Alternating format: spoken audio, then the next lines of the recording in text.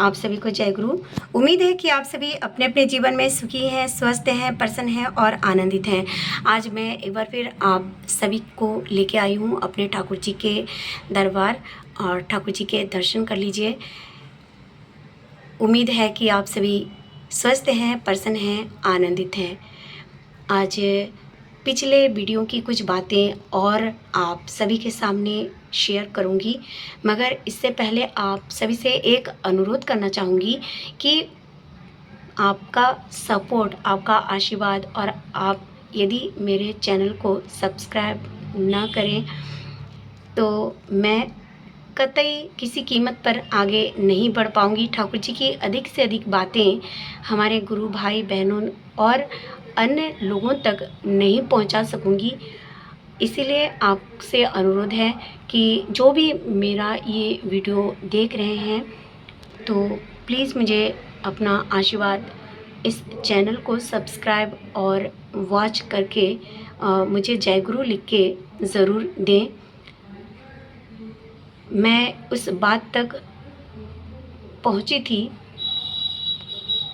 कल किसी गुरु भाई ने या गुरु बहन ने, उनका नाम नहीं था उस कमेंट्स में, तो उन्होंने ये बोला था कि मैं स्वस्थानी व्रत, ये तो कठिन होता है बहुत, इसको कैसे पालन करूं। तो मैंने उनको कुछ बातें प्रेरणादायक ठाकुर जी की कुछ बातें उन तक पहुंचाने का प्रयास किया था और आज कुछ और बातें इसी से रिलेटेड आपके सामने बोलना चाह रही हूँ। दरअसल ये मेरे जीवन की एक घटना है।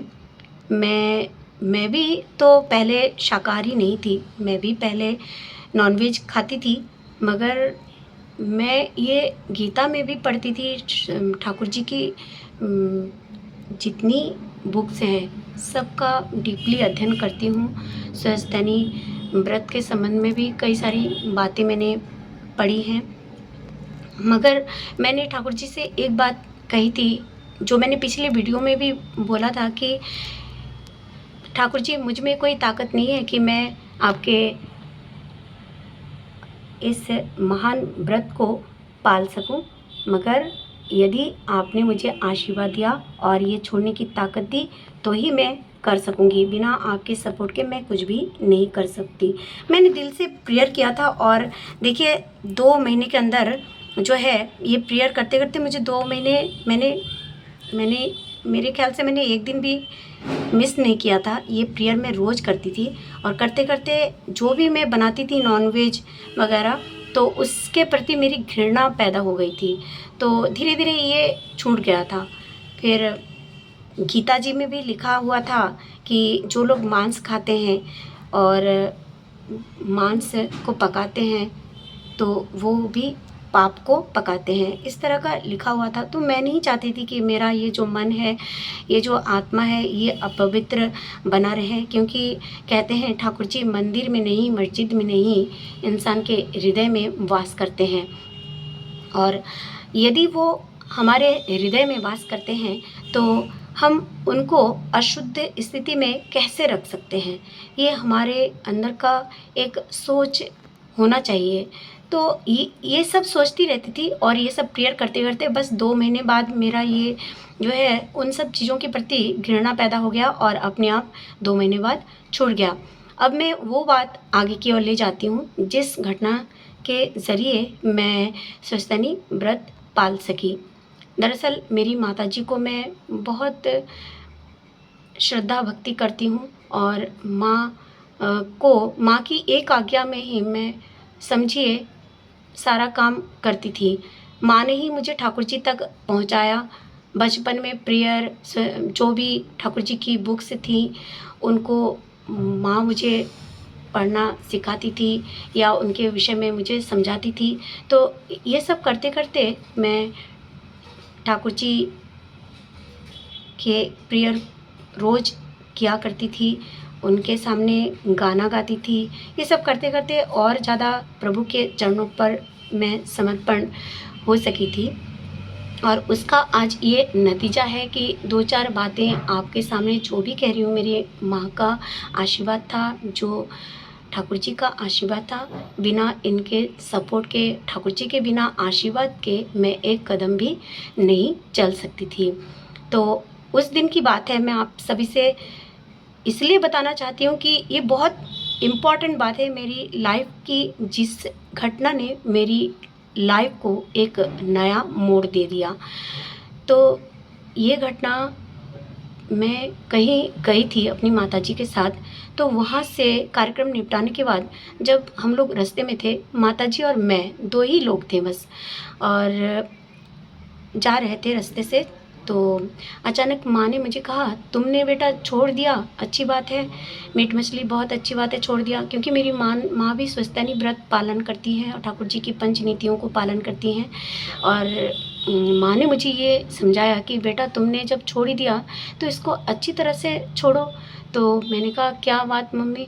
तो उन्होंने कहा कि तुम स्वस्थानी ले लो। फिर मैंने कहा, सडनली मैंने शॉक्ड हो गई कि एकदम से कैसे मैं करूं? ससुराल में ये, मेरे ससुराल में सब लोग नॉनवेज खाते हैं और इस परिस्थिति में मैं क्या करूं? तो उस परिस्थिति में मैंने माँ से कहा, माँ मुझे 2 महीने 1 महीने का समय दीजिए सोचने के लिए। तो मैंने यूँ ही ये कहा, केवल मैं शायद 2 कदम 3 कदम आगे चली थी, उसी बीच मुझे एक एक मैसेज जैसे ऊपर वाले का मिला। और वो मैसेज क्या था जानते हैं? ये मेरे परमपिता का मैसेज था कि बेटा तुम जो इस दुनिया में आई थी, जब तुम इस दुनिया में आई थी क्या तुम किसी को साथ लेके आई थी? और जब तुम इस दुनिया से जाओगी क्या तुम किसी को साथ लेके जाओगी? तुम अपने पति, अपने पुत्र, अपने बच्चों को, अपने घर के लोगों को क्या साथ लेके जाओगी? नहीं ना। सबको अपना धर्म खुद का करना होता है। किसी का धर्म कोई करके नहीं दे सकता, किसी को कोई आगे नहीं बढ़ा सकता। उसको खुद अपने रास्ते पे आगे बढ़ना पड़ता है, चलना पड़ता है। तो मुझे इतना अच्छा लगा। सडनली मैंने माँ से कहा, ठीक है माँ, आप मैं आपसे प्रॉमिस करती हूँ मैं स्वस्थ नहीं लूँगी, आप उनको बुलाइए। लेकिन इसके लिए तो परमिशन की ज़रूरत थी। तो माँ तो कुछ भी नहीं बोली थी उस समय। तो मैंने अपने हस्बैंड से जैसे भी हो इनडायरेक्टली ही बोला था कि देखिए इस दुनिया में हम लोग जो है अकेले अकेले आते हैं, अकेले ही जाना पड़ता है। जब ये मेरा छूट ही गया है तो मैं इसको ताला लगाना चाहती हूँ, इस मन पे ताला लगाना चाहती हूँ। अर्थात सस्तनी जो लेता है उसके बाद वो नॉनवेज कभी नहीं खा सकता। तो मैंने इनडायरेक्टली इस बात को बोला था, क्योंकि मुझे पता था कि डायरेक्टली अगर मैं बोलूँगी हो सकता है कि वो नाराज़ हो जाए या कौन सी परिस्थिति आ जाए ससुराल में, झगड़ा का क्या परिस्थिति हो। लेकिन वो मुझे इतना समझते हैं, वो बिल्कुल भी मुझे बाधा नहीं दे रहे थे उस समय। हाँ, पर उनका ज़्यादा मन भी नहीं था, लेकिन वो ज़्यादा प्रेरित भी नहीं कर रहे थे, दोनों परिस्थितियाँ थी। फिर मैंने उनसे कहा कि आप जो भी नॉनवेज लाएँगे मैं आपको बना दूँगी, आप लोग खाइए, मगर आप लोग मुझे, जब मेरी ये घृणा इस चीज़ से हो गई है तो मैं इसको दोबारा खाना नहीं चाहती हूँ। मैंने परिस्थिति को जैसे भी हो ठाकुर जी ने ही कराई, मैं तो करने वाली कोई हूँ नहीं, मगर उन्होंने ही शायद इस परिस्थिति को नियंत्रित करने का मुझे ये रास्ता दिखाया था। क्योंकि उनको नाराज़ करके भी तो कोई काम नहीं कर सकती थी, मैं आगे बढ़ नहीं सकती थी। यदि मैं ये संग्राम कर देती, अरे मैं ये स्वस्थानी व्रत लूँगी, आप चाहे करो नहीं करो, तो उस परिस्थिति में हमारा जो एक रिलेशन था वो ख़राब हो जाता और पारिवारिक स्थिति सब कुछ माने उच्छृंखल हो जाती। और ठाकुर जी ने इसके लिए एकदम मना किया था।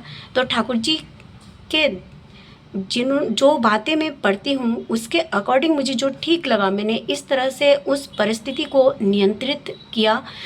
फिर धीरे धीरे सब कुछ मैनेज हो गया। अब तो ये परिस्थिति के वो मुझे बनाने के लिए भी नहीं बोलते हैं। और अक्सर जो भी होता है मतलब बच्चे या मैनेज कर लेते हैं, जो भी परिवार, या धीरे धीरे ये सब छूट रहा है परिवार से।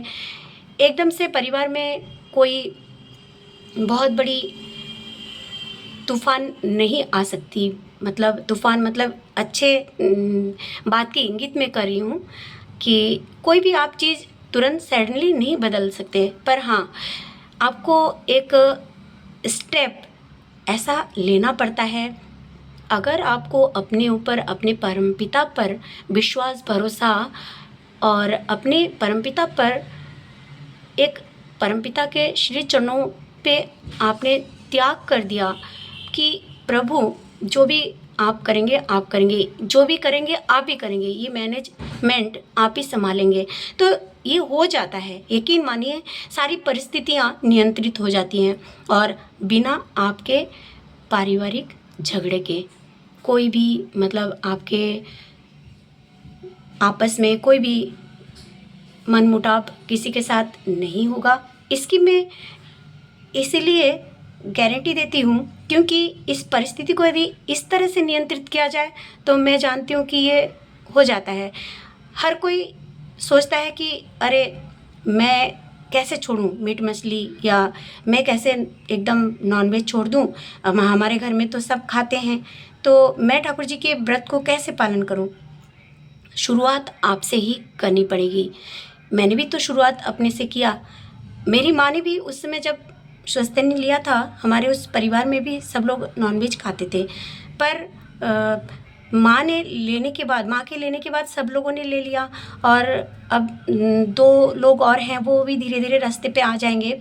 तो जो भी है, अब इस तरह से हम अगर जीवन में आगे बढ़ें तो 1 से शुरू होके फिर 2 होते हैं, फिर 2 से फिर 3, फिर 4, इस तरह से पारिवारिक जो परिस्थितियां हैं उनको नियंत्रित किया जा सकता है। सभी को ठाकुर जी के रास्ते पे लेके जाया जा सकता है, ये ऐसा मेरा मानना है।